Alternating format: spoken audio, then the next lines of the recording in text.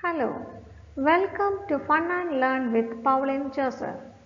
In this video, we are going to discuss about poem comprehension.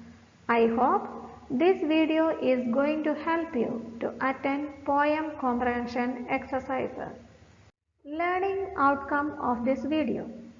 At the end of this video, you will be able to understand how to analyze a poem, how to locate answers in a poem, how to express yourself in writing.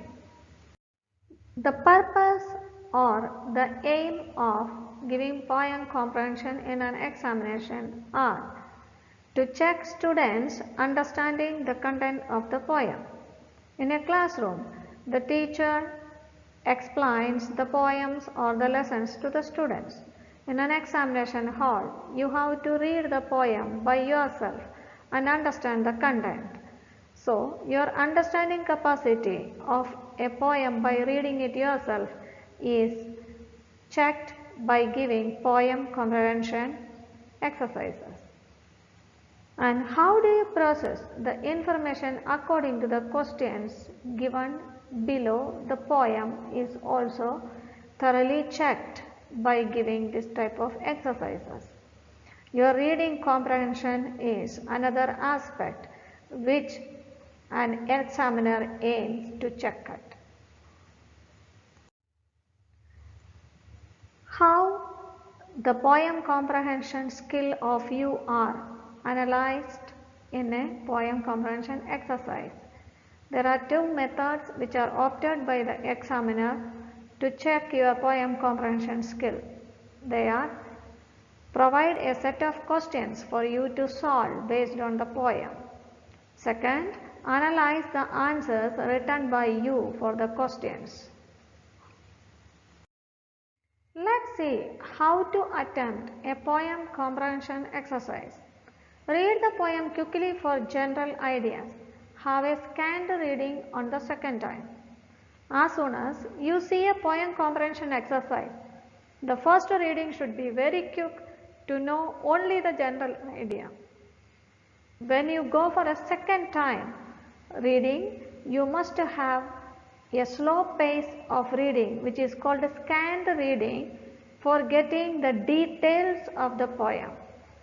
For example, if the poem is all about flowers, when you read for the first time, it says skimmed reading, you will come to know that this poem is all about flowers. When you go for a scanned reading second time, you come to know that this particular poem is all about rose flowers, and the color of the roses mentioned in the poem are white, yellow, red and pink. So this is the meaning of the first poem given here. The second point, understand the questions and search for the information. Once you have understood the details of the poem, now immediately read the questions and try to understand what the question is asking you to find from the poem. Now search for this particular information quickly from the poem. Third point, use only keywords from the text or poem. Don't copy the lines of the poem as it is in your answer sheet. Instead, pick up the key points only from the particular lines of a poem. Fourth point is, write answers in your own language. As it is mentioned in the third point, pick up the keywords and frame sentences of your own in your own language for the comprehension questions given to you in a poem comprehension. Remember, the questions may be direct or indirect. You may get direct questions from the poem, as well as you may get indirect questions from the poem to answer. And the questions may be aimed to test your vocabulary, rhyming words, understanding of the poem and your ability to comprehend a poem. When we see the sample, we will discuss these points in detail. Let's see a sample poem comprehension here.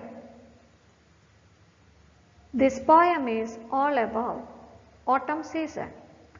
Little leaves fall softly down, red and yellow, orange and brown, whirling, twirling round and round, falling softly to the ground. Little leaves fall softly down to make a carpet on the ground. Then swish, the wind comes whistling by and sends them dancing to the sky. The first question is, find opposites of the following words from the poem. The first word is large.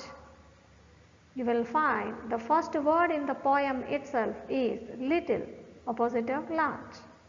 And the second word is hardly. The first line you will find the fourth word is softly, opposite of hardly. Here you are asked to find antonyms of the words which are given here. The exercises which ask you to find antonyms, synonyms, plurals, singulars, etc. from a poem are aimed to check your vocabulary. Question number 2. Find rhyming words of the following from the poem. Crown. In the first line itself you can see down at the end, and the second line ending you can see brown. Both these words are rhyming with the word crown. Now the second question of the second word is bound. You will find in the third line ending round and the fourth line ending ground. Both these words are rhyming with the word bound. The third question is called. You will see in the first line itself fall. The word fall rhymes with the word call. Now the fourth question is men's. You will see in the last line second word sense. Sense rhymes with the word men's. So these four words are aimed to check your rhyming words. And here we have given a clue word and asked you to find another rhyming word of the same from the poem.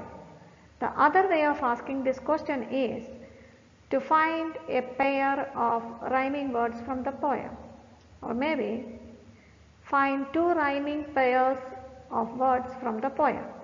In that case, you will not be given these clue words. You have to find the pairs from the poem itself.